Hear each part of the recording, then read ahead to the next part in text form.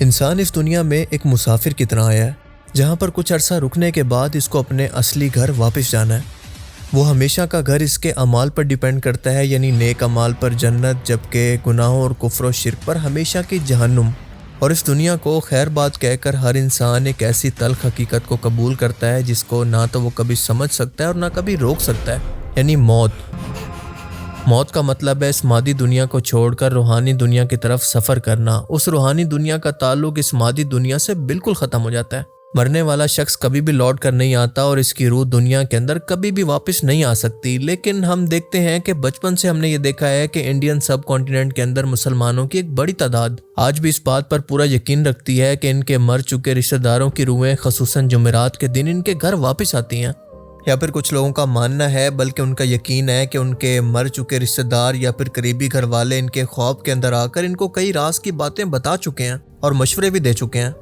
اور سچ بتاؤں تو یہ ان کا وہم نہیں ہے، بلکہ حقیقت میں واقعی ایسا ہوتا ہے، لیکن اس کی اصل سچائی کچھ اور ہے۔ اب سوال یہ پیدا ہوتا ہے کہ ایسا کیسے ممکن ہے کہ اللہ کا قانون دنیا کے کچھ انسانوں کے لیے بدل جائے یا پھر اس کے اندر کوئی گلچ آ جائے؟ یہ ایک انتہائی اہم سوال ہے جس کا جواب آج بھی زیادہ تر لوگ نہیں جانتے، اور اس ایک چیز نے کئی لوگوں کو انجانے کے اندر گمراہ بھی کر رکھا ہے۔ آپ دیکھتے ہیں کہ جو لوگ مردوں کو بخشوانے کے لیے 11ویں 40ویں کرواتے ہیں، وہ اکثر خواب کے اندر دیکھتے ہیں کہ ان کے مر چکے، مثال کے طور پر دادا جی، ماں باپ، یا مثال کے طور پر بیوی بچوں میں سے کوئی بھی خواب کے اندر آ کر ان سے باتیں کرتا ہے۔ ان کی موجودگی گھر کے اندر محسوس ہوتی ہے۔ مثلاً جیسا پرفیوم دادا جی لگاتے تھے ویسی خوشبو آنا شروع ہو جاتی ہے، یا پھر روح اپنے آس پاس موجودگی کا احساس کرواتی ہے۔ آپ کو بتاتا چلوں کہ جی ہاں، یہ سب کچھ حقیقت کے اندر ایسا ہی ہوتا ہے، لیکن اصل بات یہ ہے کہ یہ اس مر چکے رشتہ دار کی روح نہیں ہوتی، بلکہ اس کا ہمزاد ہوتا ہے، ایک ایسا شیطانی جن جو کہ دنیا کے ہر انسان کے ساتھ پیدا ہوتا ہے اور موت تک اس کے ساتھ ہی رہتا ہے، اور وہ اس انسان کے بارے میں سب کچھ جانتا ہے، یہاں تک کہ وہ اس انسان کی موت کے بعد بھی کوشش کرتا ہے کہ لوگوں کو گمراہ کرے۔ اس لیے تو کبھی خواب کے اندر، تو کبھی حقیقت میں، تو کبھی شرکی ایکٹیویٹیز میں، کبھی بدعات کے اندر، اور کبھی توہم پرستیوں کے وقت یہ لوگوں کا عقیدہ کمزور کرنے کی کوشش کرتا ہے۔ مثال کے طور پر یہ خواب کے اندر آ کر اس شخص کی شکل کے اندر آ کر کوئی راز کی بات بتائے گا، کوئی مشورہ دے گا، اور اکثر لوگوں کو خواب کے اندر آ کر یہ مشرکانہ قسم کے وظیفے بھی بتاتے ہیں، یا کوئی ایسا مشرکانہ قسم کا خواب دکھاتے ہیں جو کہ اسلام کی بنیاد یعنی توحید کو چیلنج کرے۔ اور یہ سب کام وہی ہمزاد کرتے ہیں۔ لیکن آپ کو لگتا ہے کہ شاید میرا دادا یہ سب کچھ بیان کر رہا ہے، لیکن نہیں، یہ باتیں آپ کے دادا کا ہمزاد کر رہا ہوتا ہے، کیونکہ ہمیشہ آپ کے دادا کے ساتھ رہنے کی وجہ سے وہ آپ کے دادا کے بارے میں سب کچھ جانتا ہے۔ اسی لیے اللہ کے رسول صلی اللہ علیہ وسلم نے فرمایا کہ خواب 3 طرح کے ہوتے ہیں، پہلا رحمانی یعنی نیک خواب اور مبشرات، دوسرا شیطانی جنات یا پھر ہمزاد کی طرف سے، اور تیسرا انسانی وہم جس کا کوئی مطلب نہیں ہوتا۔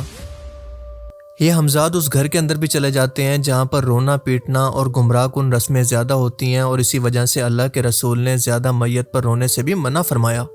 اور آپ لوگوں نے خود یہ نوٹس کیا ہوگا کہ جن لوگوں کے خواب کے اندر ہمزاد شیطان زیادہ آتے ہیں وہی لوگ سب سے زیادہ بیماریوں کے اندر مبتلا ہوتے ہیں، خصوصاً ہڈیوں کی بیماری میں۔ ایک بار دنیا سے جانے کے بعد کوئی بھی روح دنیا کے اندر واپس نہیں آ سکتی۔ اس بات کا ثبوت اسلامی تعلیمات اور قرآن و حدیث کے اندر ملتا ہے کہ جس شخص کی روح ایک بار دنیا سے پرواز کر جائے تو پھر وہ دنیا اور آخرت کے درمیان موجود ایک عارضی مقام میں چلی جاتی ہے جس کو عالم برزخ کہا جاتا ہے، جہاں نیک روحوں کو جنت جیسی جگہ کے اندر رکھا جاتا ہے، جبکہ کافر روحوں کو جہنم جیسی جگہ کے اندر ہی قیامت سے پہلے عذاب شروع ہو جاتا ہے۔ یہاں عالم برزخ کے اندر نیک لوگوں کے اعمال کا ریکارڈ علین کے اندر، جبکہ بدکار روحوں کا سجین کے ایک بہت بڑے رجسٹر کے اندر ریکارڈ رکھا جاتا ہے۔ جو بھی روح ایک بار عالم برزخ کے اندر داخل ہو گئی تو اس کی روح کبھی بھی دنیا کے اندر واپس نہیں آ سکتی، اور اس بارے میں قرآن واضح طور پر بتاتا ہے کہ موت کے بعد انسان برزخ کی زندگی کے اندر داخل ہو جاتا ہے، کیونکہ قرآن کریم کی سورہ المومنون کی آیت 100 کے اندر اللہ فرماتا ہے، اور ان کے آگے ایک پردہ یعنی برزخ ہے قیامت کے دن تک۔ یعنی برزخ ایک ایسی دنیا ہے جہاں پر زندہ اور مردہ کا براہ راست رابطہ نہیں ہوتا، اور قرآن میں یہ کہیں پر نہیں کہا گیا کہ یہ روحیں مخصوص دنوں کے اندر واپس آ کر زندہ انسانوں سے باتیں کرتی ہیں۔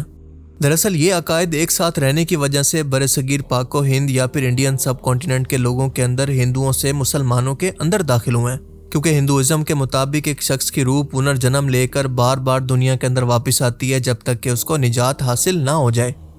جب کوئی نیک روح عالم برزخ کے اندر داخل ہوتی ہے تو وہاں پر جنت جیسی جگہ کے اندر اس کے سب رشتہ دار ایک دوسرے سے ملتے ہیں، ان کو پہچانتے ہیں اور اس سے باتیں کرتے ہیں، اور نئی آنے والی روح سے دنیا کے حالات معلوم کرتے ہیں، بس شرط یہ ہے کہ ان میں سے کوئی شخص مشرکوں اور کافروں کی جگہ پر نہ چلا گیا ہو، کیونکہ ان میں سے کسی کو بھی ملنے کی اجازت نہیں ہوتی۔ عالم برزخ نہ مکمل دنیا ہے اور نہ ہی قیامت کی آخری زندگی، بس یوں سمجھ لیں کہ ان دونوں کے درمیان میں ایک جگہ ہے جہاں پر انسان کا شعور تو باقی رہتا ہے لیکن انسان مادی پابندیوں سے آزاد ہو جاتا ہے۔ روح جب عالم برزخ کے اندر ہوتی ہے تو اس کا اپنے جسم کے ساتھ ایک خاص تعلق رہتا ہے، اور اسی وجہ سے کافر انسان عالم برزخ کا عذاب بھی قبر کے اندر محسوس کرتا ہے۔ ایک اور انٹرسٹنگ بات یہ ہے کہ برزخ کے اندر وقت کا احساس دنیا جیسا نہیں ہوتا، بلکہ وہاں پر صدیوں کا وقفہ بھی لمحوں کی طرح گزر سکتا ہے۔ ممکن ہے کہ دنیا کے لحاظ سے کوئی انسان 60 سال گزار کر عالم برزخ کے اندر پہنچے اور وہاں پر ایسا لگے کہ صرف 2 ہی دن گزرے ہیں۔ برزخ کے اندر روحیں ایک دوسرے سے ملتی ہیں، آزاد گھومتی ہیں اور دنیا کے حالات پر بات بھی کرتی ہیں، اور جب کوئی نئی روح وہاں پر پہنچتی ہے تو پرانی روحیں ایسے دوڑ کر جاتی ہیں جیسے دنیا کے اندر کوئی مسافر واپس آئے، تو لوگ اس کے استقبال کے لیے جمع ہو جاتے ہیں اور نئی روح سے پوچھتی ہیں کہ فلاں کا کیا ہوا، فلاں نے کیا کیا۔ اگر نئی روح بتائے کہ فلاں تو پہلے ہی مر چکا ہے تو افسوس کرتی ہیں اور کہتی ہیں کہ انا للہ و انا الیہ راجعون، اسے تو ہمارے پاس نہیں لایا گیا، یقیناً اس کو عذاب کی جگہ پر لے جایا گیا ہوگا، جس سے یہ معلوم ہوتا ہے اور یہ بات ثابت ہوتی ہے کہ برزخ کے اندر روحیں ایک دوسرے کو پہچانتی ہیں، یاد بھی رکھتی ہیں اور آپس کے اندر باتیں بھی کرتی ہیں۔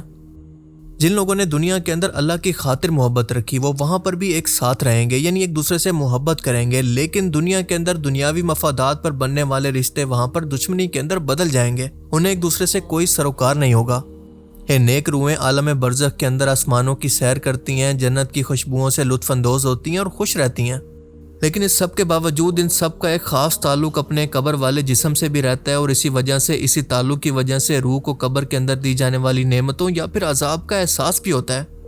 اس کو آپ ایک مثال سے ایسے سمجھ سکتے ہیں کہ یہ بالکل ویسے ہے جیسے کسی خواب کے اندر آپ کا جسم بستر پر لیٹا ہوتا ہے، لیکن خواب کے اندر آپ کہیں کسی دور جگہ پر ہوتے ہیں۔ وہاں پر اگر آپ کو کوئی خوف یا پھر خوشی محسوس ہوتی ہے یا پھر کوئی درد محسوس ہوتا ہے تو اس کا اثر آپ کے جسم پر بھی ہوتا ہے، مثال کے طور پر آپ کو پسینہ آتا ہے، آپ کانپنے لگتے ہیں۔ بالکل اسی طرح سے برزخ کے اندر روح کہیں اور ہوتی ہے، لیکن قبر کے اندر اس کے جسم سے تعلق باقی رہتا ہے اور اس کے اثرات محسوس ہوتے رہتے ہیں۔ اللہ تعالیٰ سے دعا ہے کہ ہماری روح کو بہترین ٹھکانہ ملے اور ہمارے لیے عالم برزخ پرسکون جگہ بنے۔ اللہ تعالیٰ ہمیں سمجھنے کی اور نیک عمل کرنے کی توفیق عطا فرمائے، آمین۔ عالم برزخ وہ زندگی ہے، موت نہیں ہے، اس کو تو سب مانتے ہیں۔ عذاب قبر ہم مانتے ہیں، قرآن سے ثابت ہے، بعض لوگ یہ سمجھتے ہیں کہ سب قرآن میں ذکر نہیں ہے، غلط بات ہے، لیکن میرے پاس زیادہ وقت نہیں ہے۔ برزخ کے اندر زندگی کی ایک کیفیت ہے،